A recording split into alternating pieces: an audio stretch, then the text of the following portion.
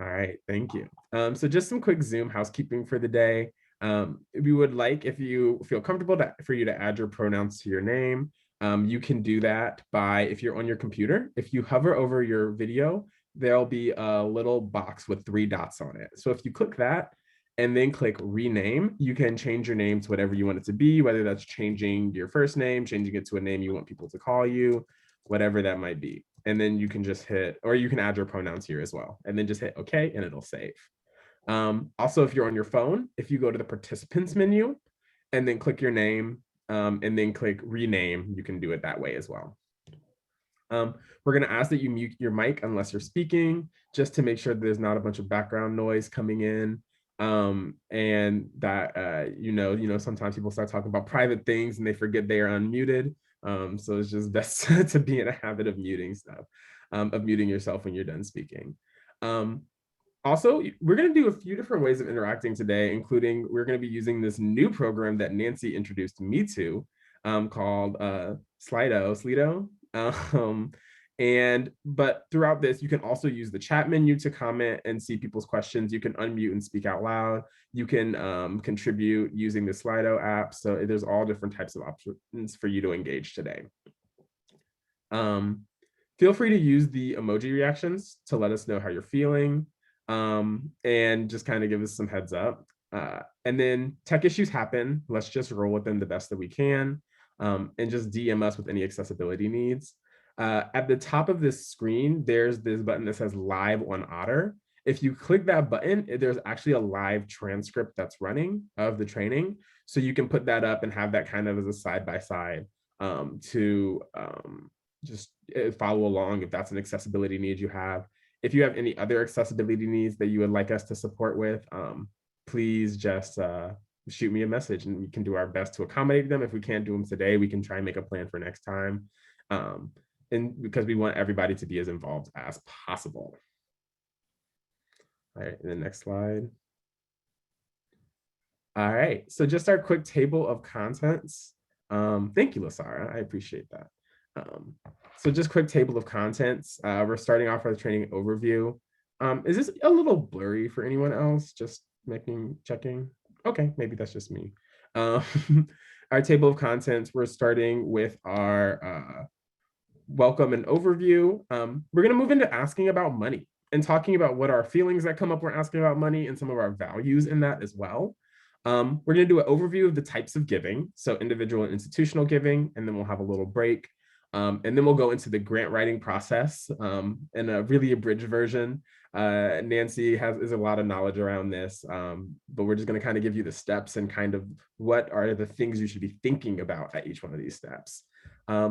And then we're going to leave you with a little bit of 2021 homework. What can you leave and do right now so that you can get started on doing all this awesome stuff? And then we'll wrap up and we're done. We're scheduled to be done at noon today. All right. Nancy, you want actually, I don't know if I have another slide that I need to do. Yes, one more. Okay. So just some group agreements for today. We want to make sure that we can honor everybody being able to participate today. So we have this make space, take space. So what that means to us is if you're a person who speaks a lot, who likes to take up a lot of space, maybe because you like asking questions, maybe because being involved is how you learn best. That's awesome. And you just want to keep an eye on that so that you're not taking up so much space that other people aren't able to be involved. And then on the other side, if you are a person who is a little quieter and maybe it takes you a little longer to get comfortable speaking, we encourage you that when you're feeling those opportunities that you step in and take up space by adding your voice, by asking questions, by adding your opinion. We also want you to use I statements, I think, I feel, in my personal opinion. Those are going to be the ways that we can ensure that we are not speaking for other people, but also ensure that other people cannot speak for us. We have our own opinions, our own ideas, what we've seen, and those are our own. Be present the best that you can, and whatever you need to do to be present, do that. If you need to go use the restroom, go do that. If you need to go make a cup of coffee, do that and come back so that when we're here, we can kind of be together. I am not holding you hostage. I want you to make sure that you're doing what you need to do to take care of yourself. And then we have our Vegas rule. So what happens here stays here, but what we learn here leaves with us. Another facilitator who I was in a training with said, the lessons belong to the listeners, but the stories belong to the storyteller. So taking those lessons that we learn, those new perspectives we gain, but leaving behind people's specific stories, just as a way of privacy. And then we have say it raw. So this is a training where we want everybody to learn. And sometimes there's like a little roadblock in your mind. You're like, I want to say this, but I'm not really sure how to get it out. I don't know if I have the right word. I don't know if I'm going to sound like I don't know what I'm talking about. That's okay. We are all here to learn together. To be honest, I do not know very much about development and fundraising. So I'm super excited to learn from Nancy today as well. So there aren't stupid questions. Ask the questions you need to ask to get the answers that you need. And sometimes you might feel like you have some other roadblocks. So maybe the language you're using isn't quite the right language or might come off as disrespectful. If you're ever in a place like that, just feel free to preface your statement with like, all right, y'all, I'm going to say this raw. I'm going to say this the best that I can.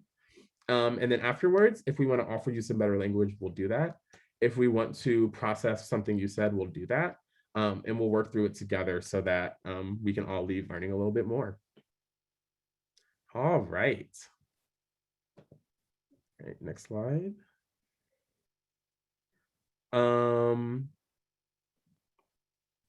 I forgot to change this. Oh no. But yeah, we can just go ahead and do this real quick. So just go ahead and share in the chat, just your name and program real quick, and then what animal best describes your mood today. And we can just do this real quick. We're kind of a smaller crew today, so I'm excited about that.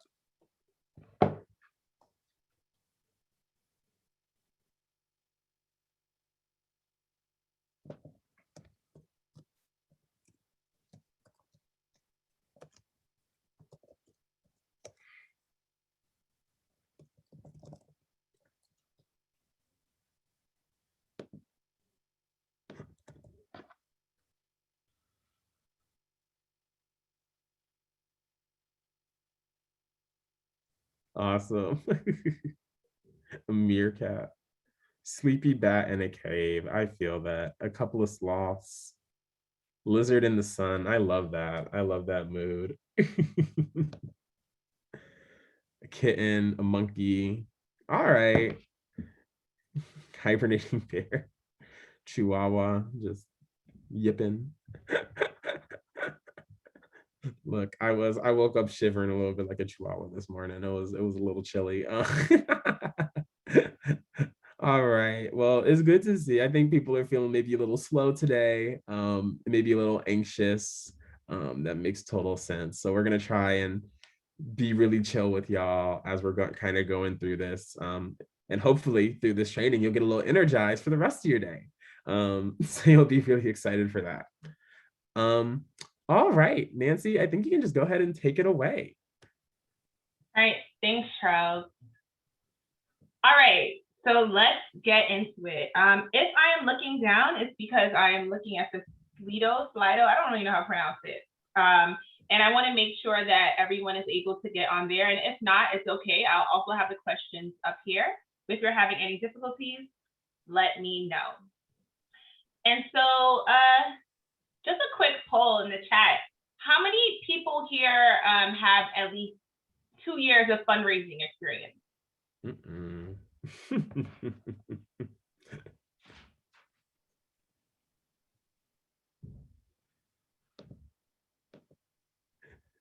That might be all you, Nancy. Got it. Perfect. Okay. So we will still be learning together because I will show you that by the end of this presentation that I think you have more experience than you actually give yourself credit for. And so we'll get into it by asking for money. And so what does it mean to do development and fundraising? And so I know a lot of times folks may see the word development, fundraising. What is the difference between the two? And so there's actually a difference between the word development and fundraising. Fundraising is just specifically doing things to get money, and development is the process of building relationships and cultivating relationships to further funding or resources for your organization, for your project, for your community, your church, or anything. And so those are exact differences just to get grounded. And for us, in layman's terms, it really just means that we're able to get the resources to do the things that our community needs and to move our mission and our values forward. And so this leads us to our first question. So if you go into the Slido, whatever we call it, my first question would be, what are some of the reasons your team fundraises? Yeah, so if you go to slido.com, I just put the link into the group chat, and then also I think it's on the screen as well. So you can just type that into your phone. You can open up another window on your computer, whatever is comfortable for you. And then you enter this number on the screen, 59155. All right, to get needed supplies. So I see some folks are in there. And it's going to kind of create like a word cloud so we can kind of see all of the things together.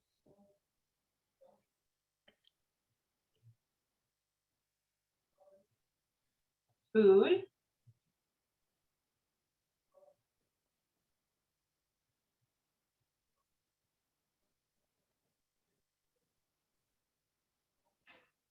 Show community support. Hygiene supplies, food again. Programmatic costs. Outreach and promotion. Infrastructure building, that's a good one. Guest supplies. All right, there's a lot. A lot of reasons to fundraise. Not run out of money, that's important. Hygiene supplies for the homeless. Supplies. All right, supplies is looking like the biggest one here. Unrestricted funding. All right, and I will just talk as you continue and you move on to our next question. And so as you can see here, we all have different reasons why we fundraise. A lot of us, of course, because we're in the harm reduction work, are doing this not to run out of money, supplies, food, staffing, and just general support to support our community and the people that we love. And so there's a lot of reasons to fundraise, but I also know that there's a ton of reasons why folks don't fundraise. I could start with one of the reasons why, before I got into fundraise, why I didn't fundraise, because at first I just thought it was really weird asking folks for money. And it took a lot of time out of doing the actual work. I was one of the folks who just wanted to do the work, and I just wanted the money to come. And so my next question, of course, will be, all right, I think everyone just stop asking questions. The next question is, what are some of the reasons that your team doesn't fundraise? And so that will be the next question.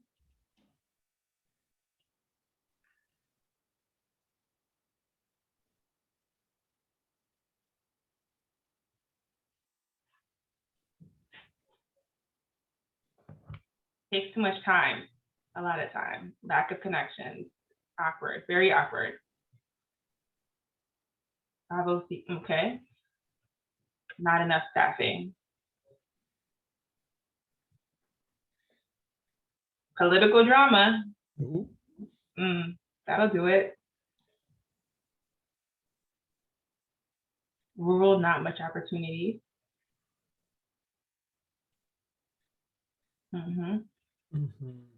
Fear, anxiety.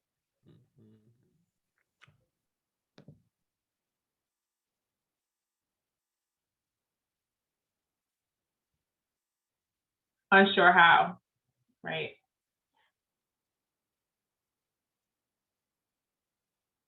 Strategic asking time. All right, that's a good one. All right, and so it looks like we have critical mass of questions. And so from what I'm seeing here, it seems just like there's a lack of support, lack of resources, fear, anxiety, awkward, takes too much time, unsure how, too many hoops, which I definitely understand, and of course, administrative reasons, 501c3 status, which plays a big part in getting some of this funding from folks. Too large of commitments. Got it. Perfect. Okay. And so these are all, okay, we're still going. Great. Disappointing results. Yes. Yes.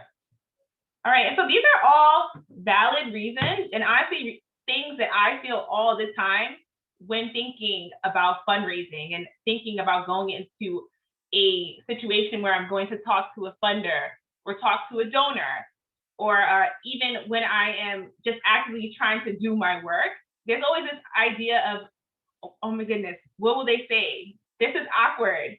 How am I just going to ask somebody for money?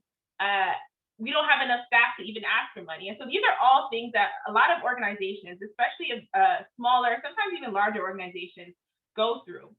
And when asked this question, the number one answer that I usually get is that there's fear. There's just this fear of fundraising. And so I'm going to go through just a little bit of things of overcoming your fear. I'm not going to say that you're going to be, you're going to walk like scared straight out of here today, but hopefully some of these tips can help you overcome some of the fears that you feel when asking for money. And so some of the common fears are, you don't want to beg for money. You don't want to look or feel stupid. You don't want to be rejected. And so how I've learned to overcome these fears is that I learned to say, it's not about the money, it's about the impact. Yes, it's about the money that will help to create the impact, but removing myself from thinking it's just money, $1,000, and really thinking about the impact that this money is going to make really helps to frame the conversation when going into with the funder. And it really helps to kind of calm that anxiety of like, oh, I'm begging someone for money. We have to really get out of the idea of this like tin cup mode of fundraising, where you're just like, like those shows where you're just like walking around with your tin cup asking folks for money. First, something that always helps me is that I have to remember that this is bigger than me. I'm not personally asking for money. It's my organization asking for money. And the only way that we will be able to do the things that we do and kind of get our mission out and, do the work that we're called to do is if we have funding to do so, funding and resources. And so it's time to kind of retire that idea of like, oh, I'm scared, I don't want to ask folks for money. If you are really committed to the mission needs to be powered. And a lot of times you need money so people can survive and be able to continue to do this work. And so really get in your head that it's not really about me, I'm asking on behalf of the organization. And so it kind of lessens that fear of rejection that we all have from someone asking for us and, them saying no. And so another fear that we find out of the 3 core fears of fundraising is that you don't want to feel or look stupid. It goes back to this idea of, I don't know everything that's happening at the organization. What if they ask me a question that I don't know? I'm here to tell you that it's not your job to know every single detail of every program and everything that's happening in your community. You don't need to know all the stats for your state. It's really about your passion. It's really about your passion. And I found that donors, yes, they'll ask for data points, that they have their list of questions, but I learned to substitute my passion for data.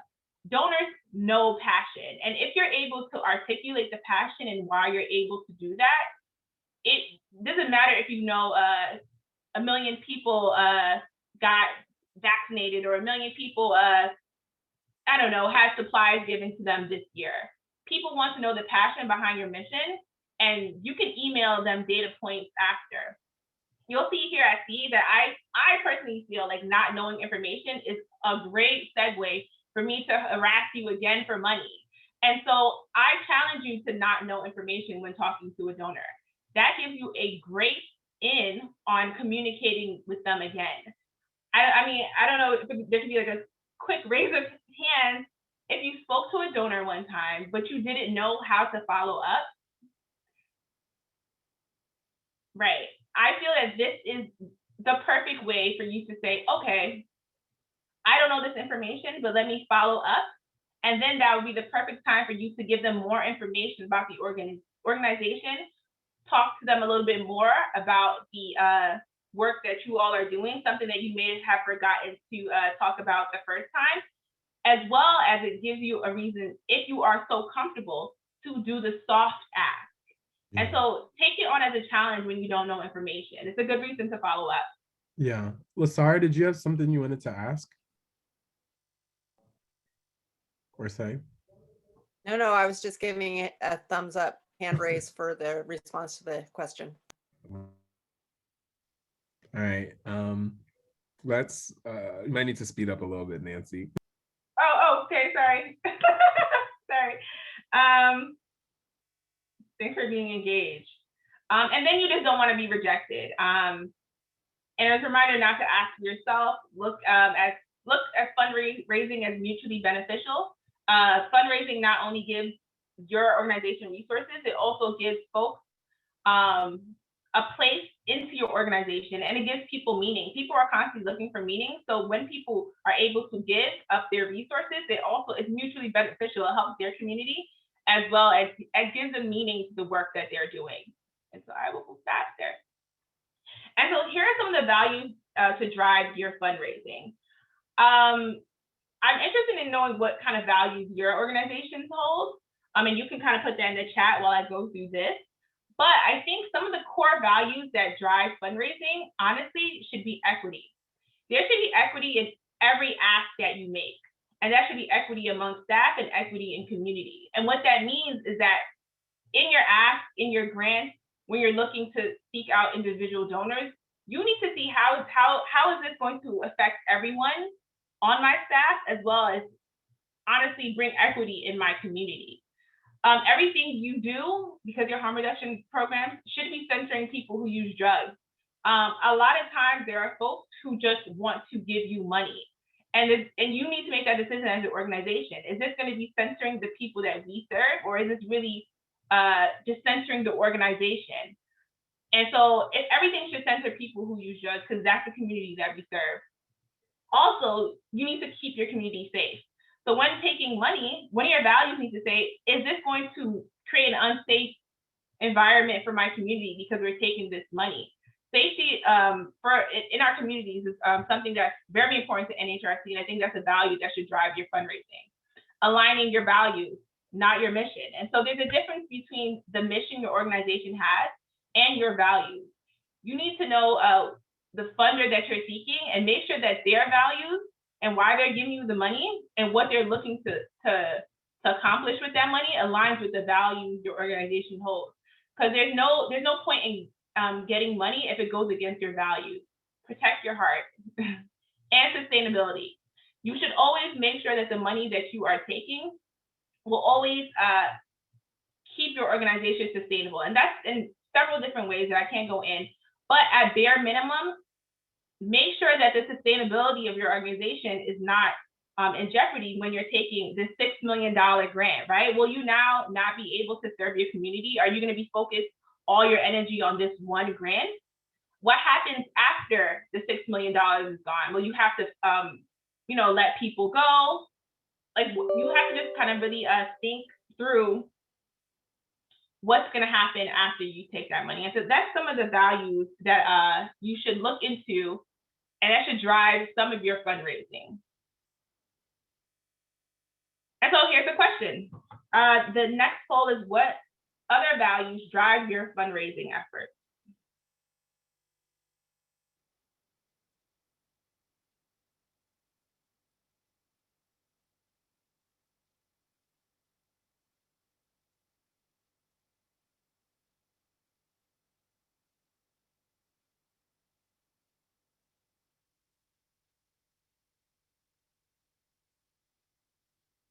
Let me know if you guys are having difficulty seeing it. It's on the Slido.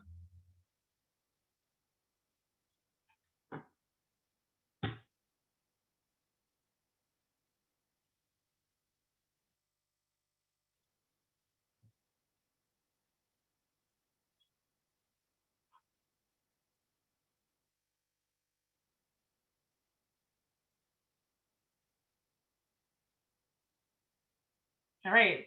Mutual aid, collaboration, low barrier services, needs of the people being served, sustainability, joy. I love that. Joy. Partnerships, meeting clients' needs.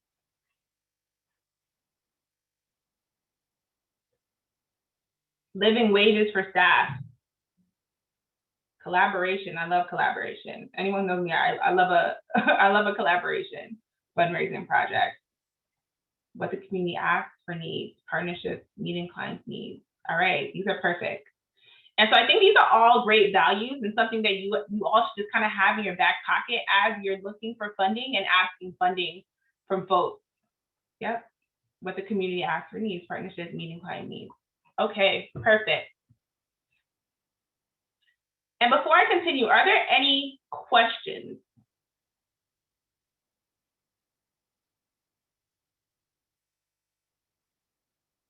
Nope. Okay, perfect. What are some ways your organization gets money to do work? And so this is another Slido, but I also would, I would love to hear from someone. Can someone tell me one of the ways your organization gets money to do the work? Feel free to put yourself off mute.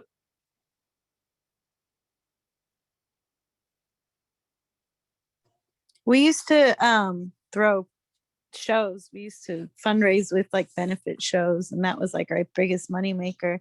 Since COVID, it's no longer a thing, but now we use GoFundMe. Oh, that is awesome. That's awesome.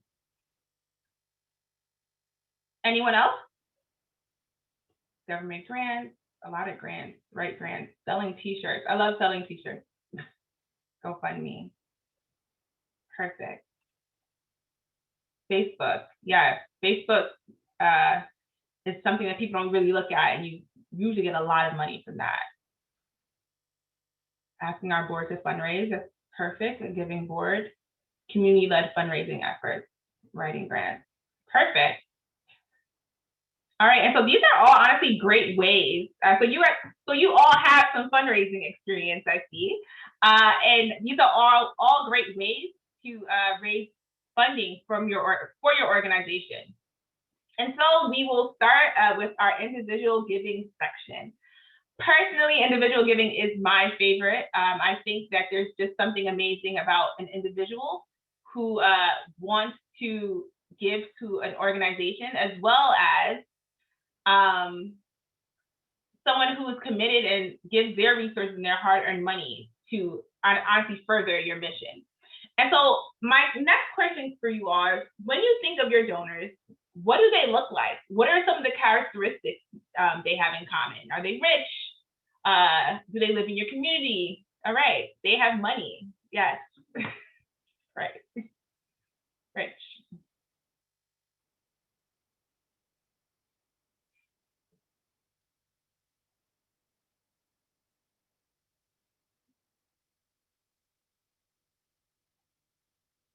Caring, community members, right?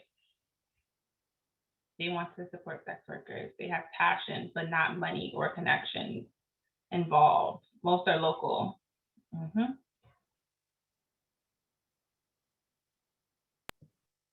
Social justice focus. And then in the group chat, Elizabeth had said that they did a fundraiser with a friend who was a burlesque dancer. And Ooh, I love that. And then in the group chat, Savannah said, back in the day in Santa Cruz, we did a beer-a-thon and got sponsored as drinkers. Oh, I love that. Savannah, I feel like I need to hear more about that later. Musicians, yes. Mutual aid, caring, yes. Social justice focus, music fans, larger community involved. They have money. They care about the community members. Compassion, perfect. Thank you.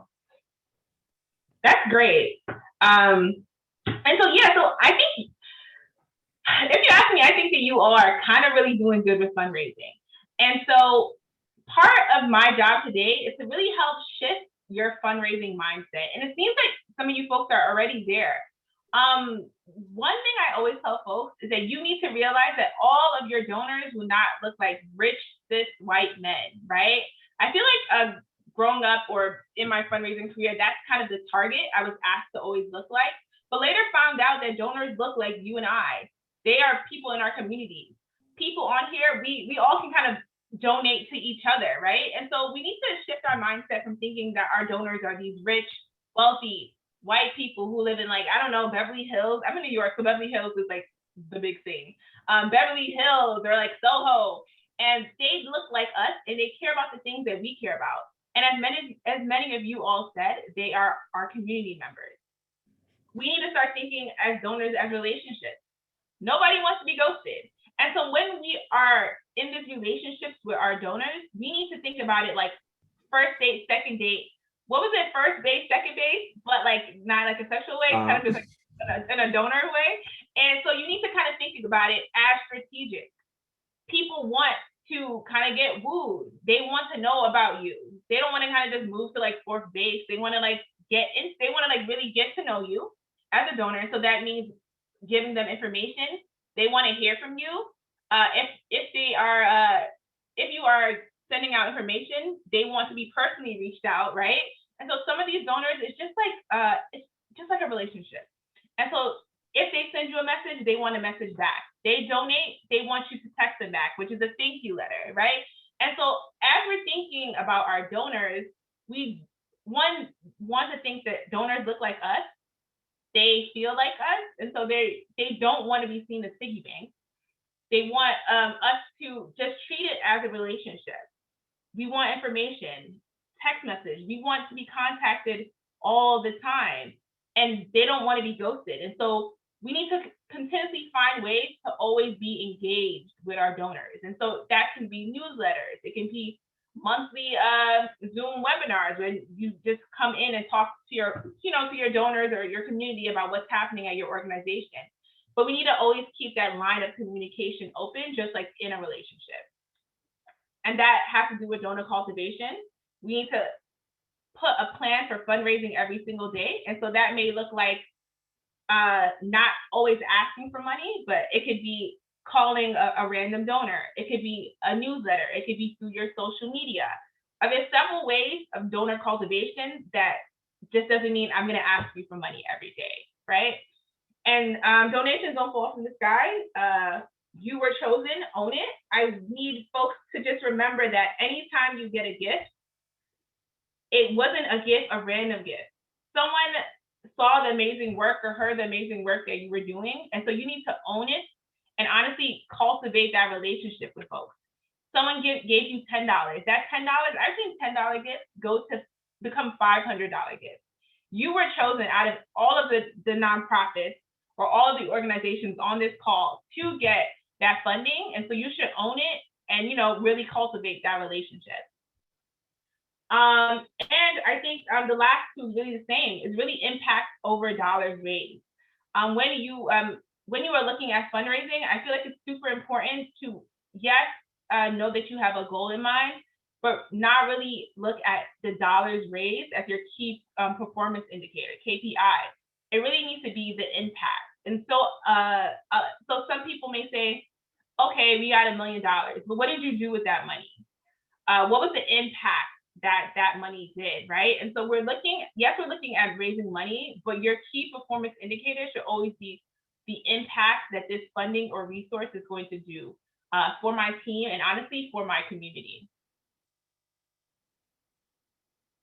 Okay, and so I'll do this real quick because it seems that folks mentioned the kind of different funding streams they had. We have earned income. I know a lot of people here, they said they did t-shirts, trainings, another one is renting your space. And this is so such a good, I kind of want to talk to the folks, I'm not remember who said it, but can someone unmute themselves, the person who spoke about doing the t-shirts?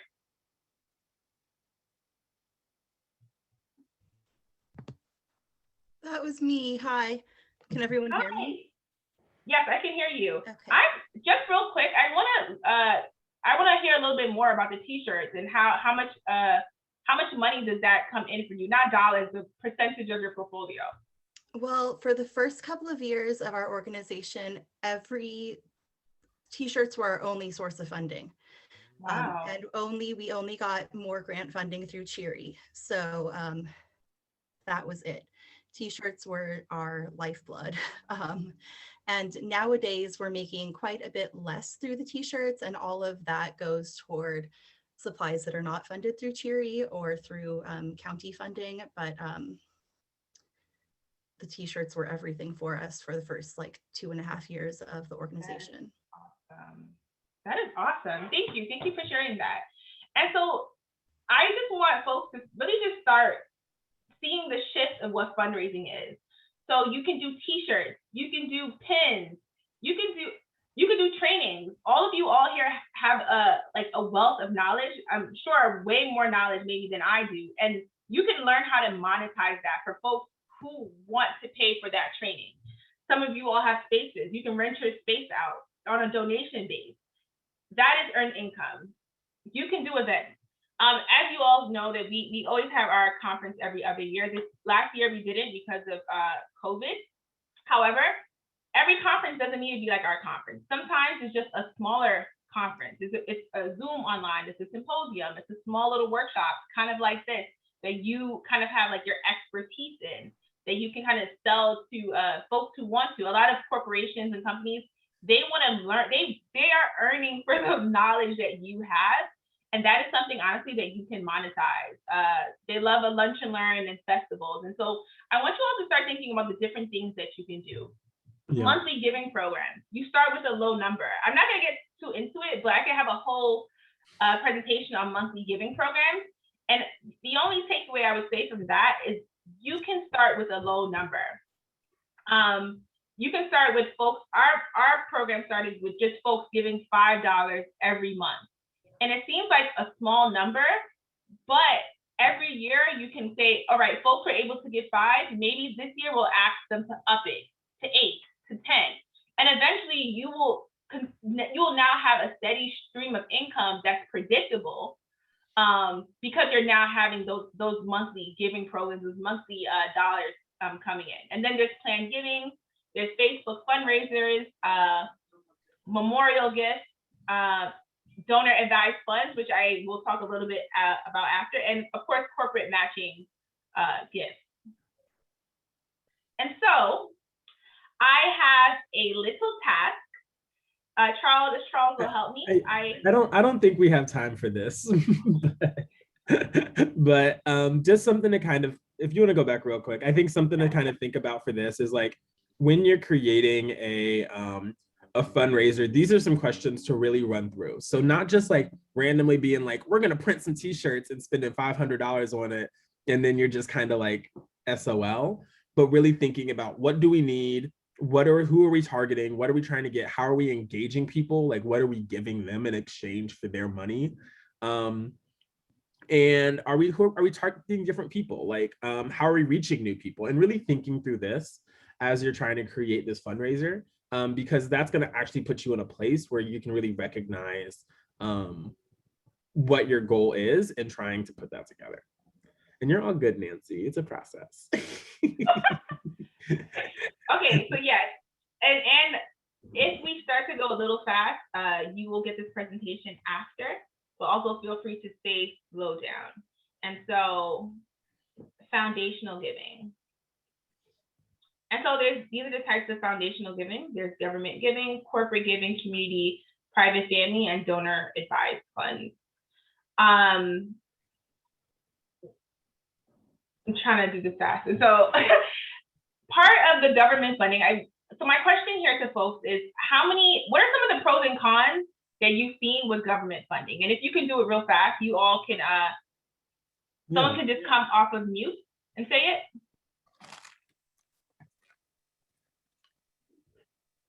Yeah. What are some of the pros and cons of taking government funding? Oh yeah, Terry said drug fee workplace in the contract. So there's regulations that governments will require that you have that maybe you don't want to have. Right. Really intense reporting. So if it's annoying. Exactly. Was somebody else trying to speak? Crazy data requirements. Mm-hmm. What are some of the pros of it?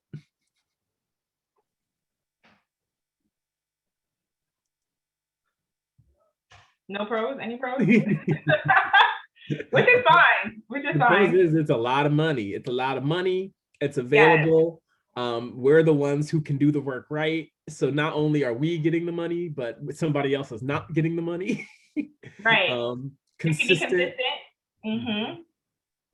Strengthening relationships. Absolutely. Absolutely. And so, yeah, so that's kind of that. Those are some of the pros and cons when it comes to government funding. Large amount of money. However, you need to make sure that you have the infrastructure and the financial infrastructure to handle the amount of auditing that comes with that. And there's usually a 6-week turnaround and a lot of extensive reporting. And so some of the things that you would need to think about when getting government funding. Corporate giving. Some of the pros, are there any pros for corporate giving? Has anyone here had any experience with corporate giving?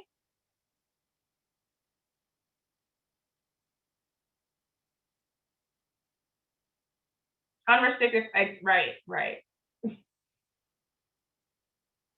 Yes, they're usually pretty easy to work with, exactly. Most corporate giving, if 9 times out of 10, you'll find that it's unrestricted funding. They just want to support your cause. They want to support your event.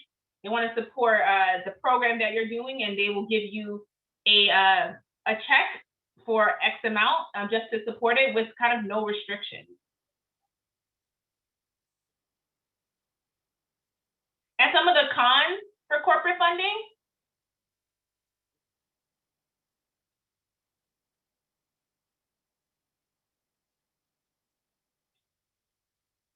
And so as you guys come in with the answers, I'll talk a little bit to the cons of corporate giving. A lot of times yes, there are a large amount of money, but they usually don't give you recurring money. And so a lot of corporate gifts sometimes are one-time gifts if you are unable to kind of build a relationship with the corporation. Also, some corporate giving will somehow benefit the organization. Some of corporate giving, you will see, some people like to say this kind of sometimes it's like hush money. Maybe the organization did something to affect the community and they now want to give, I don't know, they want to give $1 million to all harm reduction programs after doing so much harm, right? And so there's some values in taking some corporate giving that you would also need to put into play. But there's some pros and there's some cons when it comes to corporate giving. Sometimes people just want to give, and sometimes there is a benefit to them that may not align with your values that you just may need to think of. Community foundation. And so some examples of community foundations are, I don't know, like anything that usually says like California something or something in a small city. So like Public Health Institute, PHI, right. Or if you're maybe one of any of the like California opioid, what is it? Opioid Safety Coalitions, like exactly. Technically NHRC. Yeah, exactly. And these funds are typically small. They're usually not for multiple years. They usually only award the grants usually to their geographical areas. And they're usually set up with specific parameters to focus on like specific, communities or specific organizational structures and things like that. And so those are, I don't really find too many cons, but if you have any cons, you can put it in the chat with community foundations, other than they're usually not for multiple years, and they're typically really small amounts, and small depending on what small is for your budget. And yes, there will be access to this slide after this training, Elizabeth. Okay, and so then we have family foundations.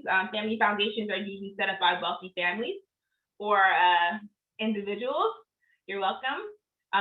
The funding also usually is smaller, but sometimes not all the time. Sometimes there are bigger amounts for wealthier families. They are usually set up to benefit a cause. Sometimes you see family foundations also sunset, and what sunset means is that when the person, say I set up a family foundation, and when I die, that also sunsets. And so the foundation closes when I die. And so that's something also to think about with some of these foundations, because we see that a lot of the family or individual foundations, these folks are getting older. And so a lot of these things will be sunsetting. And so you'll see the word sunset come a lot of times. And that just means that they died, the foundation's over. And so that is a con.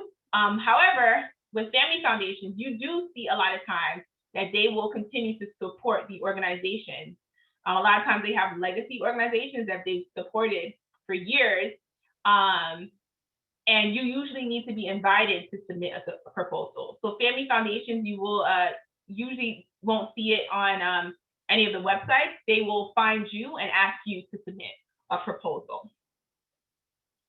And so donor advised funds, which is something that's kind of new and kind of cool to me. Donor advised funds would be something like if you get a check from Benevity or Fidelity or all of these other little, I feel like there's Benevity, there's one in SF called SF Battery. That is SF just Battery. like, Yeah, and so those are all donor advised funds. And here's like a little fun little chart with this guy that dresses nothing like we dress in harm reduction. And so here you can kind of see that it comes from a donor. You create it with usually a bank or an organization. You put your money aside. The money gains interest and also gains tax benefits. And then that organization will also help you distribute it to the community. And so it's kind of like a savings for these donors to give to your organizations. And so what I feel like I need folks to know is that there are plenty of these donor advised funds. I advise folks to, and maybe I'll send a list out, to find these funds in your community as well. Some are also like national, and put your name on the list. Speak to one of their representatives and make sure that you have a page, you set up a page with them. They're usually free, so that when donors are setting up these advised funds and looking through lists of organizations, your organization is also on the radar. And this is something sort of new to fundraising, but it's something that folks are getting tons of money from just setting up this free kind of portal website where people can kind of see the work that you're doing. And I'll answer some questions about that in a bit if anyone has it. So I'll stop now and I will answer the question from Terry for corporate giving. Any tips on how to build relationships or learn about opportunities to get corporate support? Okay, and so I have a couple tips, but one tip I will say is that you should, I like to do this thing where I follow the money. A lot of times with corporate giving, I'm sort of like a little creep. I like to look at other organizations and see what companies have sponsored their events, sponsored some of the things they're doing, and look at their impact reports, and so their annual reports. Go through that list. One, use your colleagues. A lot of times people don't like to ask their colleagues like, oh, can you introduce me to folks? I'm always happy to introduce folks to different corporate sponsors and things of that nature. Look at their list, look at their annual appeals or impact reports, and see who are these other corporate donors or corporate sponsors that are sponsoring organizations that look just like me. And so when you get those introductions or build those opportunities, see if you can add them to your mailing list. You get introduced, you say, oh, it was great meeting you. You have your little one-on-one and say, would you mind if we add you to our mailing list, or keep you in mind for some of the events that we are doing. And honestly, we have gotten a lot of support just from adding folks to our mailing list that we're going to send out anyway, but now they're constantly seeing all of the work that we're doing, and they're being able to share it with their friends, and it's a constant flow of kind of communication. And always remember that when you have these conversations, take down notes on kind of what the corporations are interested in.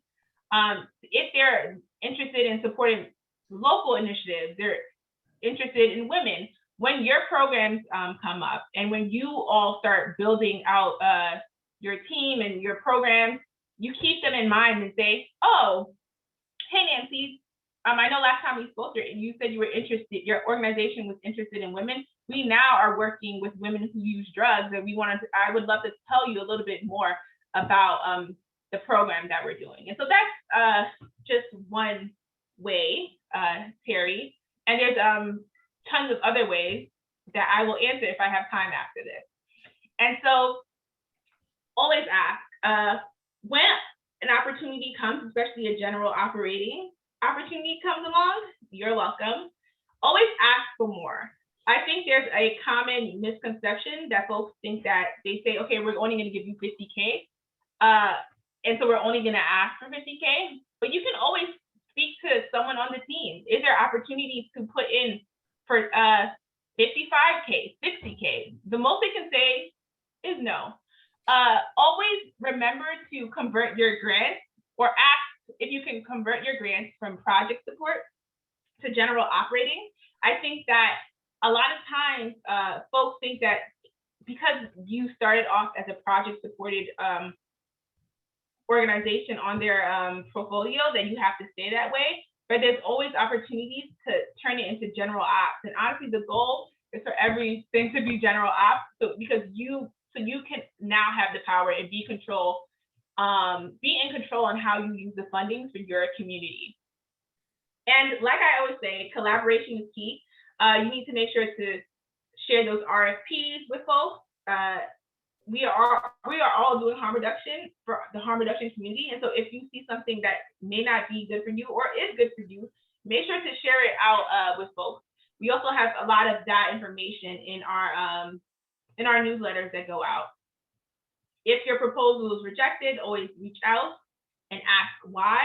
A lot of times folks will, I remember there's been 2 proposals that were rejected. We asked why, and then somehow, A, there was a mistake on their end, and so we actually got the funding.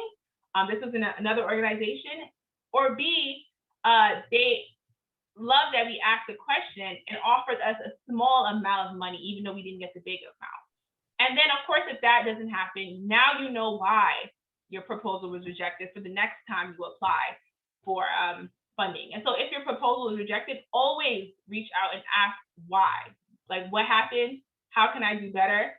And just keep that line of communication over.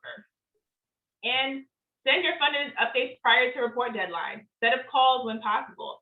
You don't want to know that something's going on with the foundation, or that you're doing something wrong, or something is happening when you have your deadline. And so always just set up calls throughout your funding history. It doesn't need to be a million, it could just be one prior to your deadline to do your final report, to kind of see, gauge what next year's funding looks like, so you can then also put in money for next year.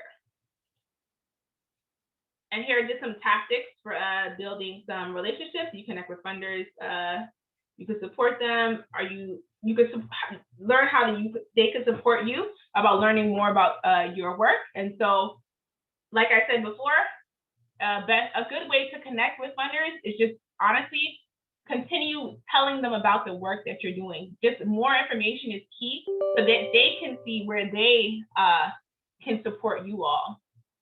Look for funders that will respect confidentiality.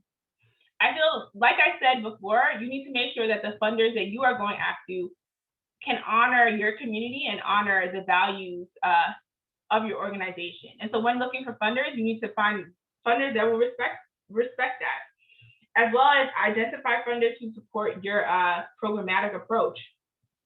Are you doing advocacy work, direct services? Are you doing research? Are you doing just kind of community building?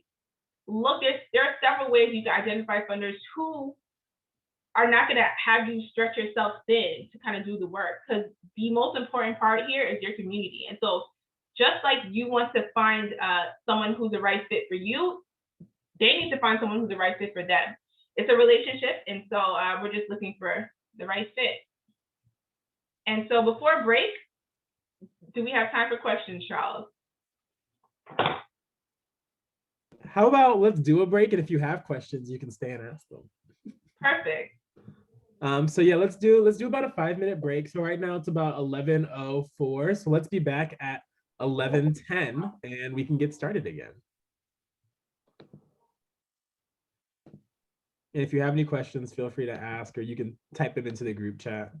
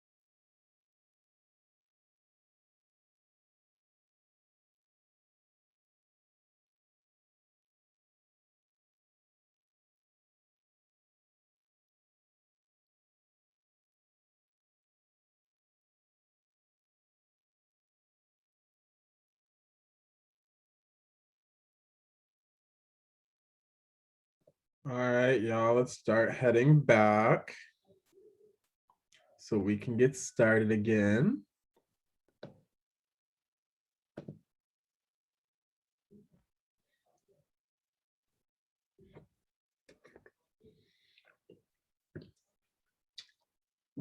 If you never left your desk, this is your opportunity to stretch a little bit.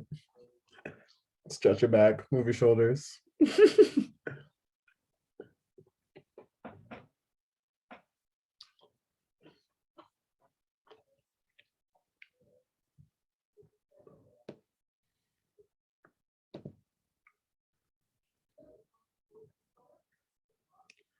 And let's go ahead and get started.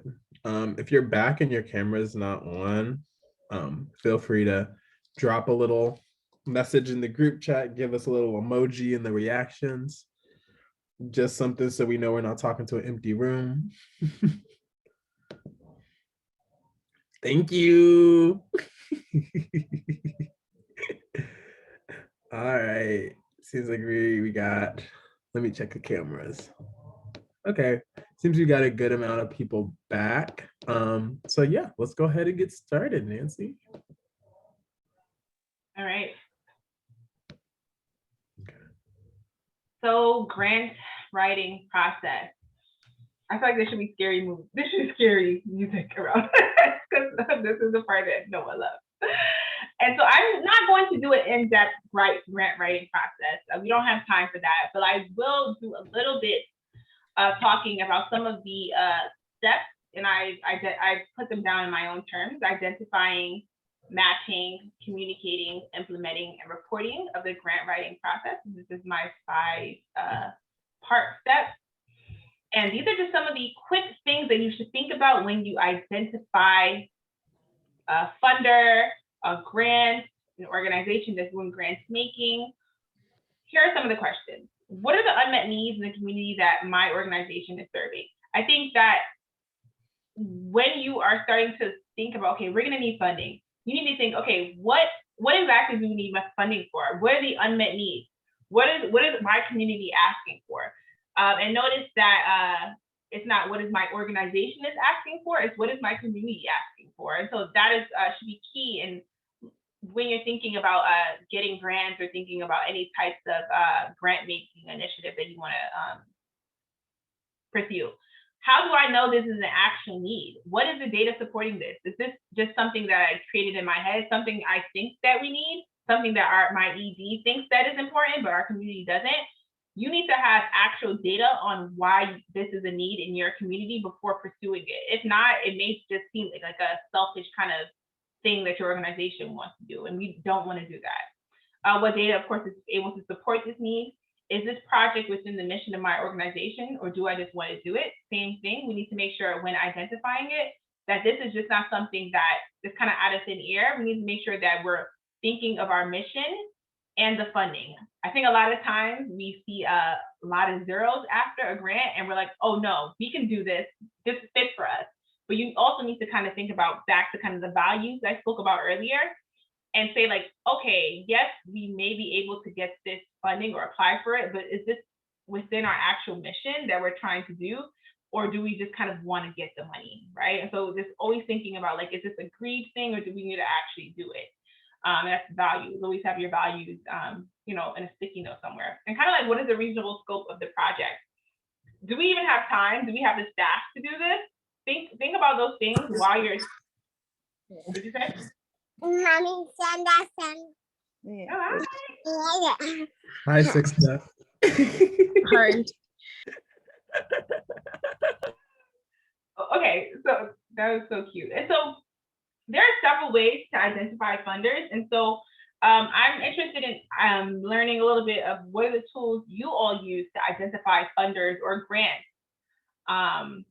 right now.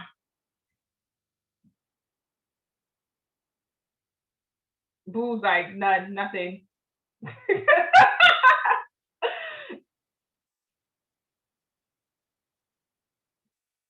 Yeah, so you can go back to that Slido.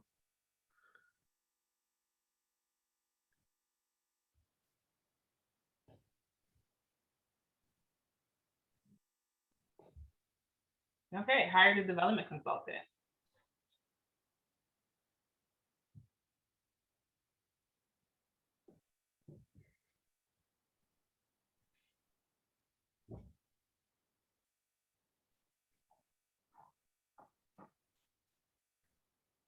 Existing friendships. Yep, research, Google, word of mouth. Ask others for leads. That always works. Newsletters. Perfect. Yeah. Morning coffee. Yeah. Morning coffee is working. Making my day that it's working. Perfect. Hey, Sab. Okay, so that means you guys are doing something important. Okay, so these are all great ways to identify funders, previous funders. Google, just hire somebody to find it for you. That's great. Or ask others for leads. Yeah. And this is when we talk about collaboration, this is a great piece to do it. So maybe you might see something and you're like, that's a lot of zeros. And maybe we aren't the best person for it, but you do know who is the best person for it. So making sure that you're passing those along too. Right. And so before we head on to matching, I guess I'll add some of mine to this list, and I will also send this out as well. But some of the things that I also use, which is kind of like just a Google search for philanthropy, is Foundation Center. I also use Donor Perfect, Donor Search, Donorly, Candid, GuideStar. And something that I found working in smaller nonprofits is a lot of times we don't have funding to subscribe to all of these things. And so because I'm such a collaborative person, I learned that you can just ask other organizations for their name and password. That is something that we did at a smaller organization. There's no kind of information on your GuideStar that you can't find on your company website. And so there may be somebody in here who has a GuideStar or a Candid account. And it doesn't hurt to say, hey, we don't have any tools right now. Is it possible it's kind of like Netflix. Can we use your password to do some of the searching? And I found out working in smaller nonprofits that this has just been a great way to share resources and kind of put, our values to action with helping folks to kind of get those, those resources. And I will send out a list of other ways to find funders' websites as well. And so there's a matching. And so you will see that there's a relationship component throughout this whole thing. Once a project is identified, we went on Candid, we found this thing. There's a lot of things, there's certain things that you should consider. And so this is not the only thing, but it's the start. Who would do it? I think a lot of times we see these big numbers and we say, wow, who is going to do this? How is it going to get done? And in the spirit of collaboration, a lot of times you can work with another organization to get this funding and collaborate. And so there may be organizations on this call that, you're feeling like, wow, we want to do this. We want to go for this grant, but we don't have enough people to do it. This is what CHRI is about. You need to reach out to other folks and see how can we work together to get this grant done. And if not, just being mature enough to say, okay, we don't have the funding or the infrastructure, and passing it on to someone else. Because there's nothing worse than getting money and not being able to perform, because you will not get that money again. And there's just gonna be a lot of trouble, so just don't do that. Where would it be done? Who would benefit from it? Always look at your community. Are we doing it from a selfish reason? Are we doing it to actually help our community? What are the specific benefits? This is all part of the matching process. Would this destabilize the organization? Something a lot of organizations don't, they don't think about is taking a lot of money sometimes destabilizes your organization, and it destabilizes it in different ways. A lot of funders don't want to give to organizations that have a $10 million, $6 million budget. And so you may be blocking yourself out for maybe 1 year, 2 years from different types of funding, because now your budget shows that you are a $10 million organization because of this one grant. Also, it can destabilize your organization, because now you are focusing all your energy on trying to handle this huge grant, and you're not able to do some of the smaller programming and smaller community building and coalition building that you were used to. And so I beg of you, yes, a lot of money is great, but just think about it and think about the long-term effects that it may have on your community and your organization, and see if this is something that you really want to do, and that's something that will allow you to still have your values and continue to do your mission. And like I said, will it be, lead us to being eligible for more funding to larger grants. And so communicating, grant proposals. Anyone who has started doing a grant, you'll see that there are just different parts. And there's ways that you can kind of prep for a grant even before seeing a grant. Always have your organizational background information. Have your mission statement ready.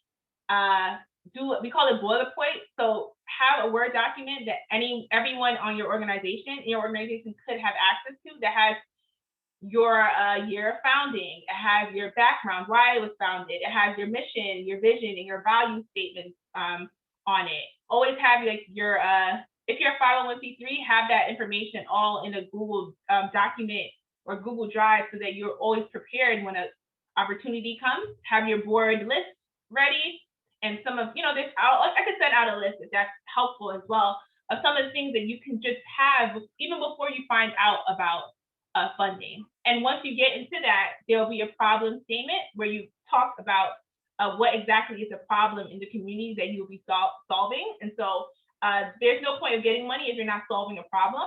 And so you need to make the case, and that there goes you making the case in the problem statement.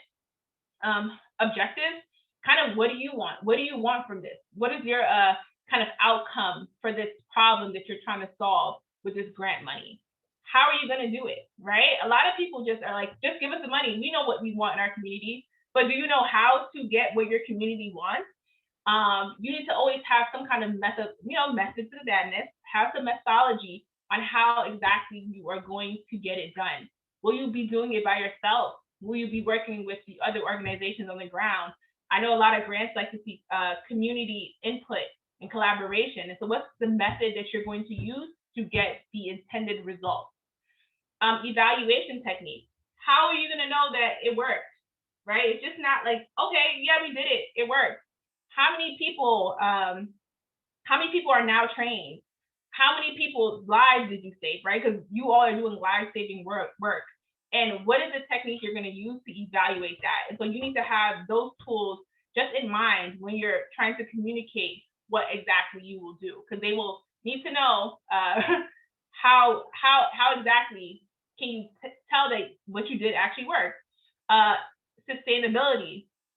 You just need to be able, how are you going to sustain this after your grant is done, right? And so that's where you can create the case for more funding during the sustainability. So this is going to happen. This is what we do, and we're going to be able to sustain this possibly with more money or by using these tools. And so this is where sustainability is very important, because you'll be able to build your case for more funding after you prove that you can solve this problem. And of course, your budget. And I was told that you will all have a budget training, and that's great, because I am not a budget finance person, and I'm sure she will do an amazing job of doing so. And so, okay, so that was a mouthful. Are there, if you have any questions, feel free to put it in the chat. Okay, we're on that start. Happy to trade with others who are on something else. Yes. I love it. I love what's going on there. And so here are some quick tips for grant making. Proper spelling, grammar, and formatting are essential. So because a lot of these grant makers, some of them are very, make sure that your formatting is essential. Make sure that they are able to kind of see, to read what you're trying to tell them. So have somebody on your team do proper spelling. Use Grammarly. There's also a program called Grammarly that you can input your whole entire paragraph proposal inside of this, and they will check the grammar for you. Because I know I'm used to text messaging. Sometimes you'll find an LOL in my email. Like Grammarly will catch all that for you, so that you don't need to, so that they are able to properly read what you're trying to solve and help your community with. Make sure you follow directions closely. A lot of grants are rejected because folks do not follow directions. Make sure you follow directions down to the word count. There's nothing more than doing your whole, there's nothing worse than doing your whole grant in Word and then trying to put it into the document and realizing that you went over and now you have to shorten your grant, right? So make sure you're always looking at the rules. What are the documents they need? What is the word count? What exactly are they asking for?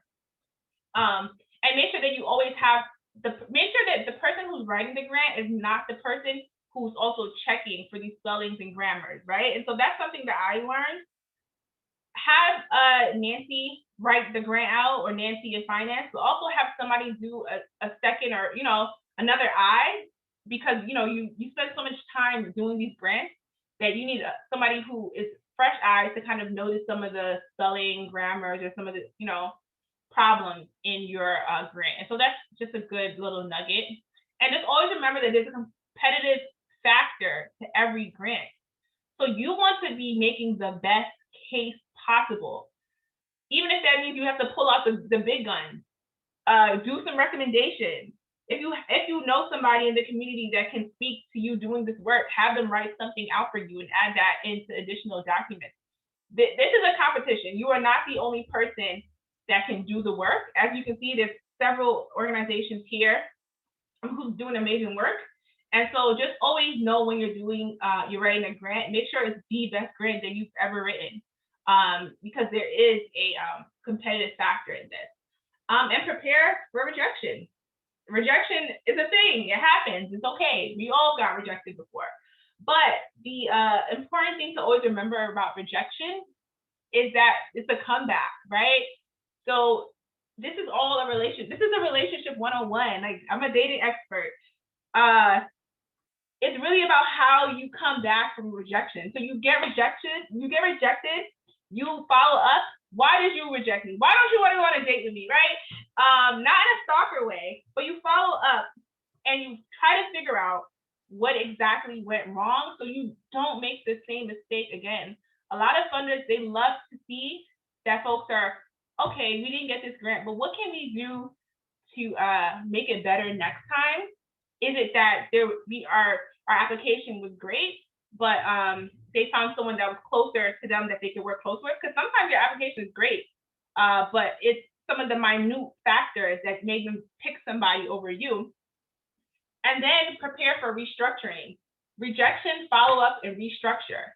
Whatever you took from that, you make a note of it in your document for the next grant that you are preparing for, so that you don't make the same mistake again.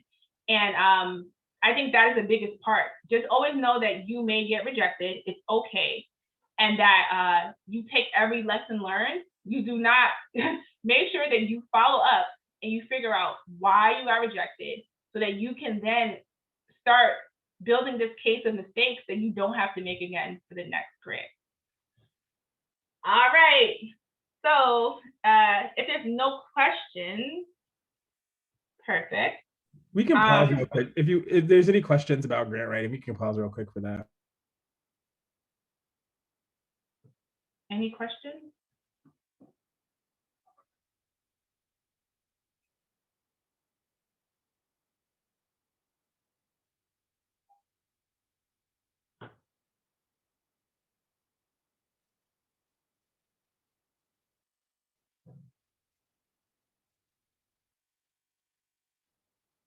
Okay, so I see no questions, so I'll continue, but if you all find that you have some questions after, feel free to ask.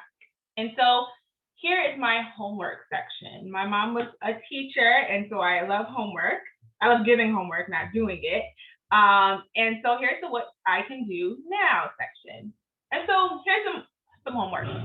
So what you're gonna do after this is you're gonna get organized. You are going to do some cleaning up. You're going to go into your donor database. I'm not sure if folks here use, I've used Excel sheets in some organizations, I've used Razor's Edge, I use Salesforce.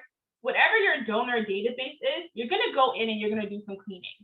You're gonna do something called donor segmentation.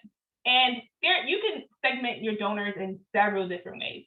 But it's important that at minimum, you find out what a major donor is to you. It could be $100, it could be $50, and you segment it at minimum to folks who have donated maybe $100 in the last 2 years, and some of the folks who've given on smaller numbers. And if you want to, you can even, there's several ways to do donor segmentation. You can do why they gave. You can do their geographic area, their age, but you do some kind of donor segmentation so it can help you clean. And so when you're starting to do some of your donor asks, especially for like Giving Tuesday in the new year, you have a list of donors segmented according to kind of your ask, right? And so or when you're getting ready to do your monthly donors, you're gonna see, okay, Nancy gave $2 the last 10 years. So Nancy gave $100. She's a candidate to, she's a good candidate for a monthly donor. So I'm going to ask her to become a monthly donor. Or you're going to do the smart thing and see that this person gives us $1,000 every year. Maybe I shouldn't ask them to be a monthly donor because maybe now they'll only give us, $50 a month, right? And that 50 times 12, I'm not good with adding, but I don't think it's $1,000, right? And so you want to be very smart with who you communicate and how you communicate it with. You don't want to, even when you're sending out donate now kind of call to action, you don't want to send that to a donor who just donated yesterday. It seems as if you kind of just, you're not really paying attention to your donor database, but it seems like I just donated, you're asking me for donations again. And like I said, when you're doing your monthly donations, you want to be very mindful that you are not bringing down the amount that someone would give you, which is something that a lot of people do. You ask people who usually give you $10,000 to donate $50 or $5 a month, and it just doesn't add up. And so you're also going to create 2 different donor thank you letters at minimum. I think you should at least have 3, one for your board, individual, or corporate, but let's start simple. Do 2 different donor thank you letters. Have one for individuals and have one for corporate donations. And so they're gonna read different. The way that you speak to an individual, make sure, of course it has like your EIN number, it has their name on it. If they mention why they gave, you also put that in there for the individual, and for corporation it will seem just a little bit more business-like. But in both of these thank you letters, you make sure that you include an opportunity to connect in the future. And so for us, we will say, okay, make sure to join our Facebook, make sure to sign up to our newsletter. Oh, if the person gave like a huge amount, or if it's someone that donated and you're really interested, you say, I would love to schedule a call with you. I would love to schedule a call with you in the future. Here's my number, would love to connect. But in all of your donor thank you letters, make sure there's a second, a second way to touch base with them. And so it could be through your newsletter, Facebook, social media, a time to connect in the future. But just always remember that you want to continue the conversation and make sure you include that in all your thank you letters. So it's kind of just like second nature.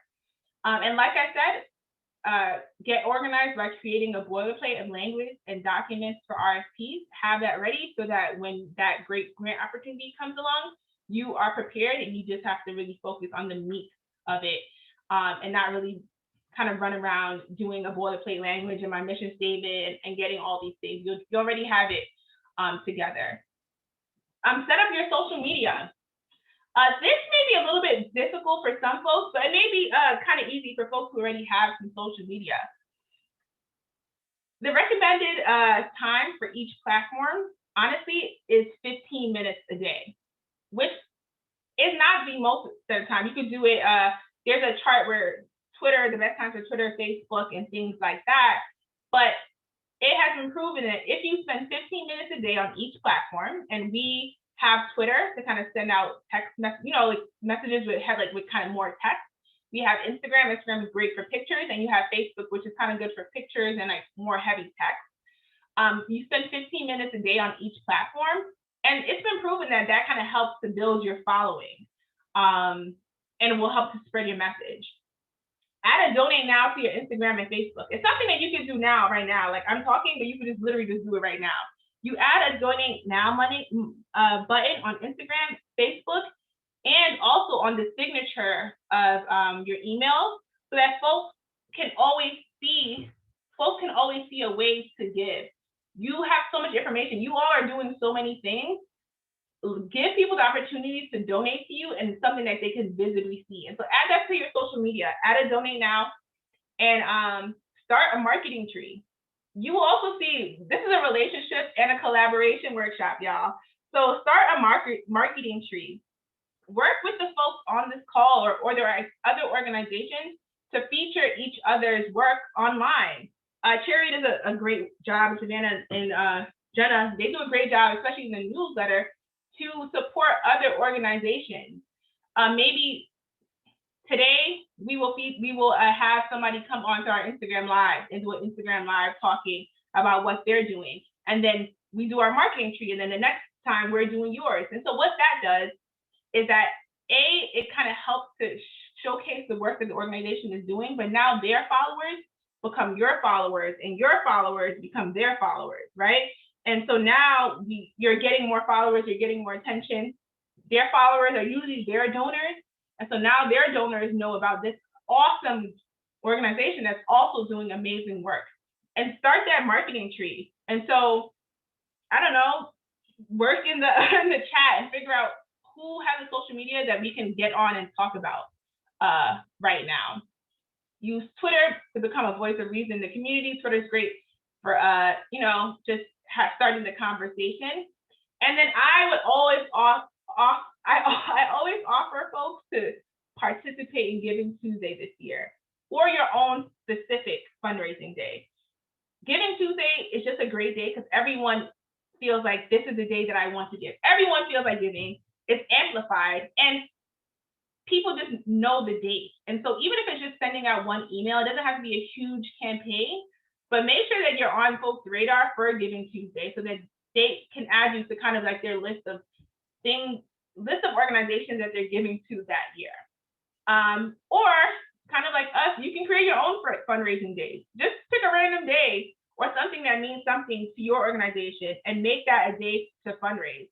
I love a specific fundraising day because Giving Tuesday is very congested, very congested. Everyone's getting emails about Giving Tuesday. You're getting like 50 emails.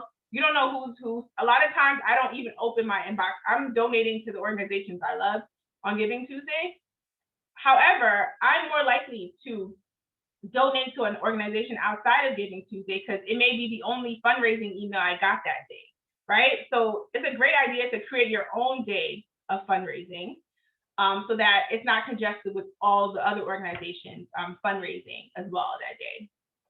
All right, update your website if you have a website. Create a huge donate button on your website on the right side, because that's like statistically what they say, it should be on the right side of your website, and it should be a huge donate button, right? Like if I don't see anything else, it should be a donate button so that folks are able to kind of visibly see how they can support your organization. And there should be different ways once they click that donate button to support your organization.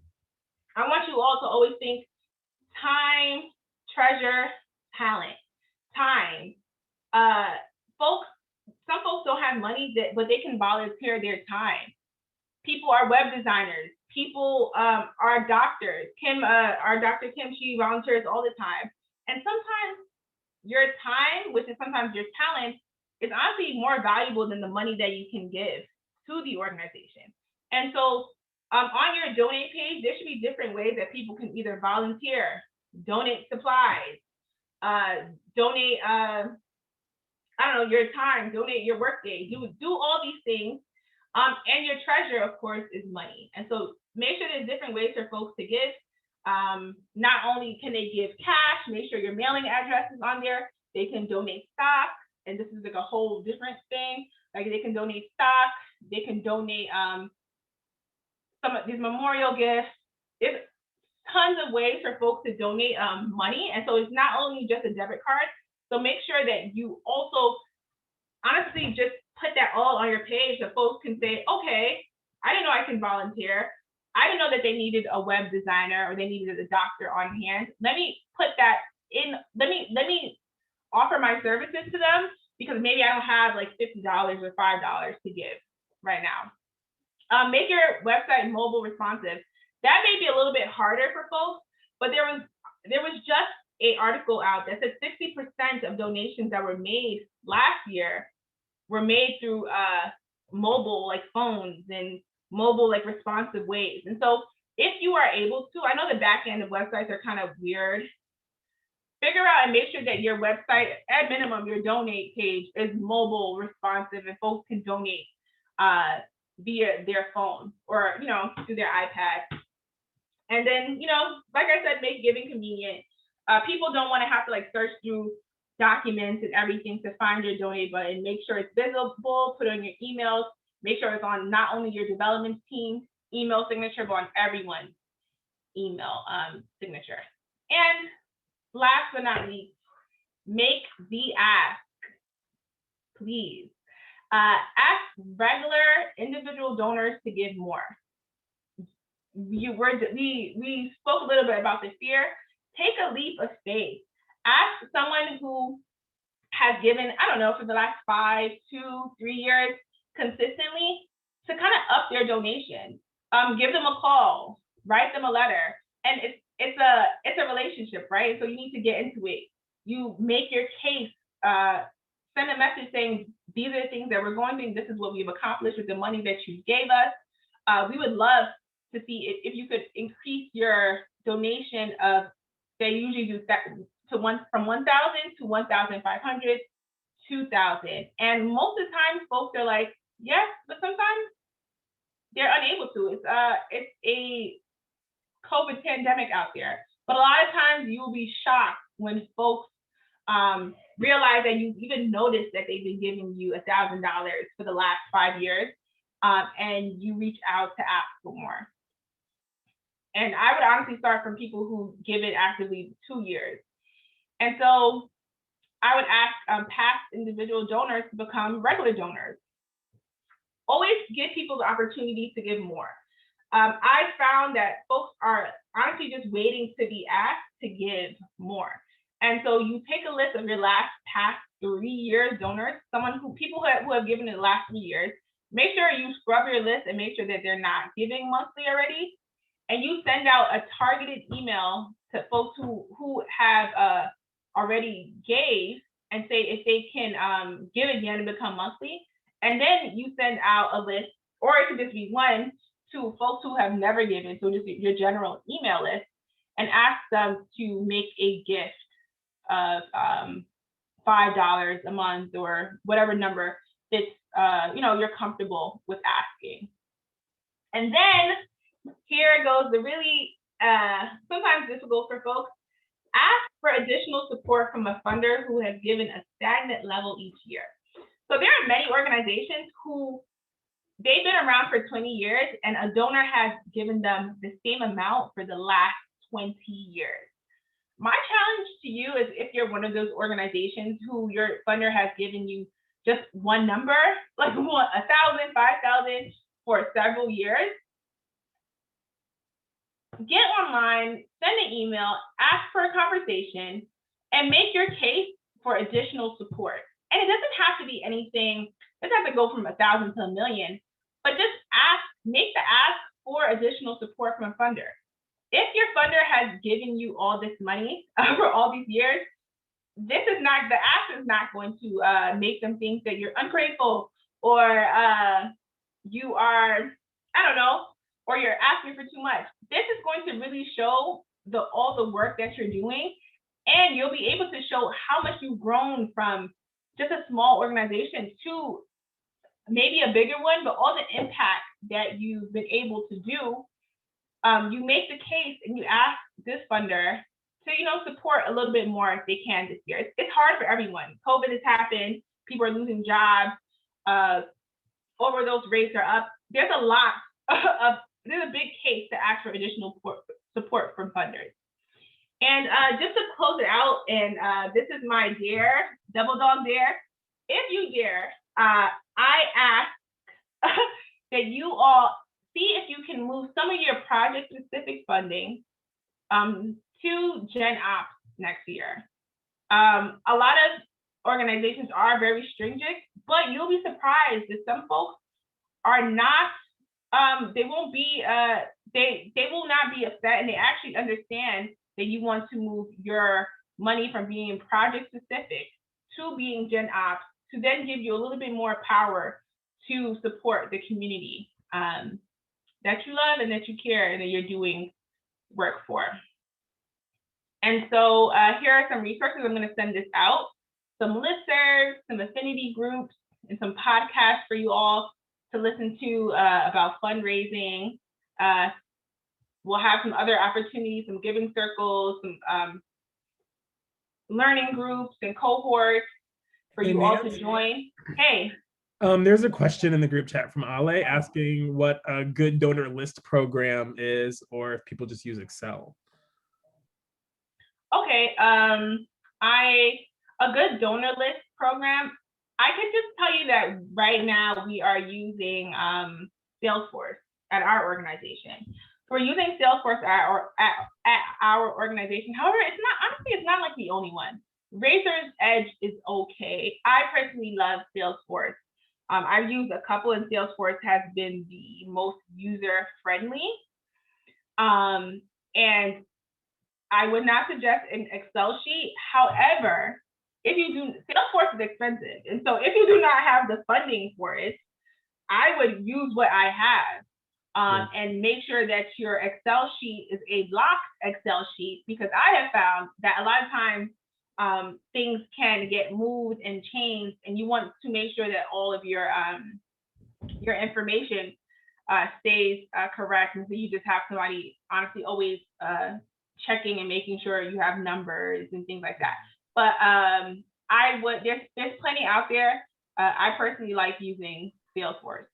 Yeah, what Salesforce is a CRM, or a customer relations management software.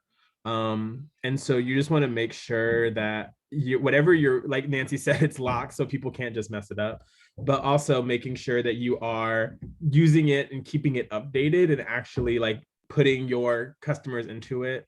Something that we've been able to start using here at NHRC, you probably saw that our emails got a different look, is we started using a program called Every Action.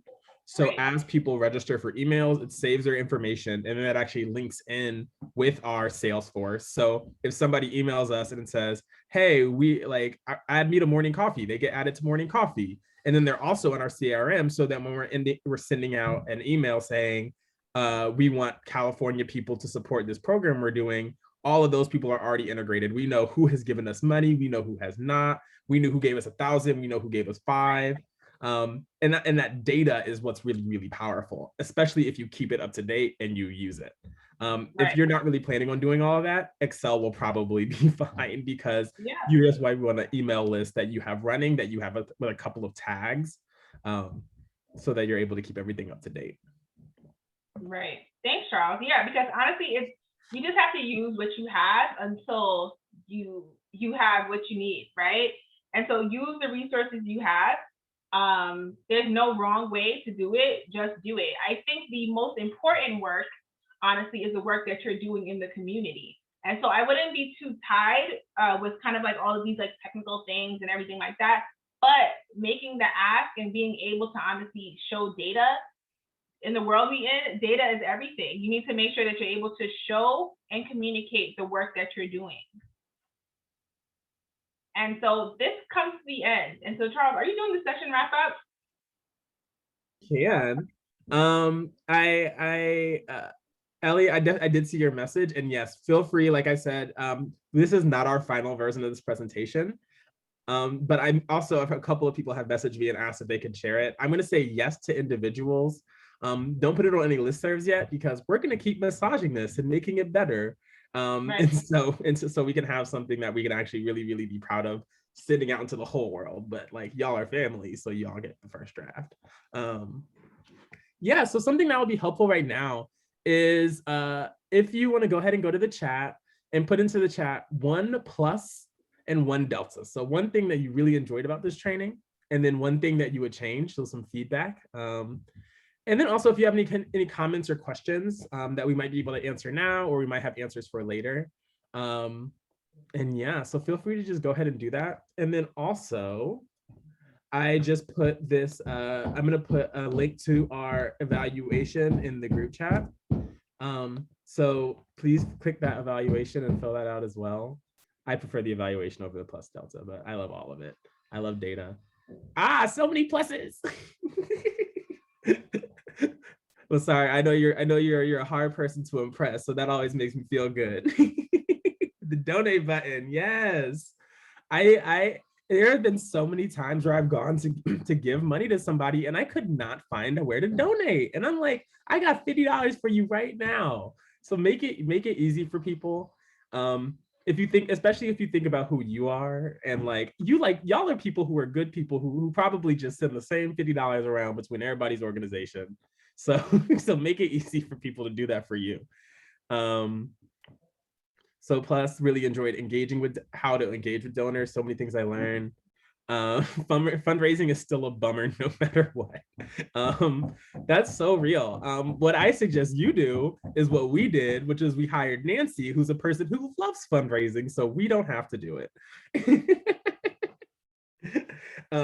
Because I think when you have somebody who actually has the passion and the eye and the energy to schmooze, it just makes everybody's life so much easier. Lasari said all these trainings need more time. I agree. And we're gonna figure out how to make that happen. And you know, when we get all vaccinated and we're back in the world, we'll be having these in person and hanging out for half a day. But we want to make sure that y'all aren't too tired to do the rest of your job because you've been sitting on Zoom all day. Can you hit the next slide real quick, Nancy? These are so great. So just a little wrap up. We are here to help. So we can be great thought partners around fundraising. All of our folks, we maybe are not the main people, but we can always pass a question on to Nancy. But if you are looking for support with anything related to your program, please reach out to us, because we do want to help. You have people to connect you with and ways to do that. You can reach out to any of us if you want to find your county on this map. There's a little key that corresponds to who to reach out to. And if you can't find your county or you just don't know who to reach out to, send an email to california@harmreduction.org and we'll all get it and we'll make sure you're all right. And then you also have all of your CDPH contacts. They are great. I actually had a call with Loris in a program that was on our team development call who wanted some help considering how to support some team members who they really didn't know how to develop systems for. And we had a great conversation and it was really helpful. So we are here to help you. We will carve out the time, so please ask for that if you're looking for it. And then next slide, Nancy. And then we have a few more trainings coming up. We are officially halfway through our series, which is so exciting. Next week, we're gonna have part 1 of our accounting, budgeting, and financial planning training with Stephanie. Stephanie Daniels has done a lot of finance work with a lot of SSPs around the Bay, especially, so like HEPAC, San Francisco Drug Users Union, Homeless Youth Alliance, and just trying to make sure that their finances are all together. So that'll be great. And you will not want to miss the participatory budgeting training. I have been begging Tycho to put this training together for years now, and I think this is going to be incredible. So really thinking about how do you involve your participants and how you make your budget, and how do you involve your staff and all of that. I think this will be a really great training. And then one more slide. I think we're done. All right. Reach out to Nancy if you have any questions, or me, and I can connect you to Nancy. This was super great. I am so glad you all were able to be here. Feel free to stop sharing, Nancy, so we can all see each other. Yes. I'm really happy to have you all here. Please fill out this evaluation. I'll stay on for a hot second if anybody has any questions, but have a great rest of your day and go make some money. All right. Bye, y'all.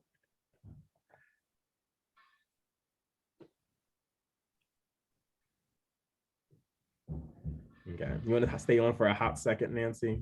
All right. Does anybody have any questions they wanted to ask real quick? Oh. Is this you on here? Oh yeah, that's me. That's my phone. Okay, word. Great job. Yeah, it was so good. Thank you. I feel like I got nervous at the time for a little bit. I was like, okay, I'm taking too long. Let me Rush it along. That was, look, I think maybe the bigger thing is I don't think we really, I think actually I'm happy with the way we did it. I think there's some ideas I had, but you are so fucking knowledgeable about this shit, Nancy. Thank you. Thank you. So engaging. Like, I feel like, you know, you didn't need to do a bunch of activities because the way you were able to facilitate, it's really cool to see you share it. Thank you. Thank you. I'm so happy with how this went. I'm so happy that we have this training in our repertoire now. So next time that we do this, it won't have to be as much of a process. Yeah, yeah, this was good. I think it was really good. I'm really proud of this. Thanks, like, you know, for being willing to do it. It's like not in your job, and like sharing that knowledge with folks is so huge. I really appreciate it. Yeah, I was getting a lot of messages of appreciation in my project. Oh, perfect. Perfect. Yeah. People just like, nobody has ever taught us this. Like, Ale was like, we're really behind on this. And it's like, look, you just need some help, and it's great. So I'm really glad. I think it was great. You know what really blows my mind is like the organizations that run off of t-shirts blow my mind. Like, you are fundraisers. There's like, who runs off of t-shirts? Like, that is so cool. I know, and like they had cool, you know, swag, and I'm like, if you get something that people want, like, you can make a ton of money. Yeah, I love it. Thank you. Thanks for inviting me. Thank you. You know, and I'm totally down. I know you're trying to help continue to grow in like this area, so let's keep working on it. Let's keep figuring out how to keep you involved. Yeah, it was awesome. Right, well, good job putting it together, y'all. Yeah. And I'll send you any feedback people have in like a week or so when everybody fills out their eval, and it'll be great. Oh, also, if you have any documents you want to send out, so maybe like if you have like so you have the resources in there, which I think are great, but if you have anything else, maybe like a sample grant or like a form you use, or like any sort of flow chart, anything that what you think would be helpful for people to see, feel free to shoot that to me in the next like couple days, and we'll send it in the follow-up email. Okay, perfect. All right. Thanks, y'all. All right. Nice to see you, Nancy.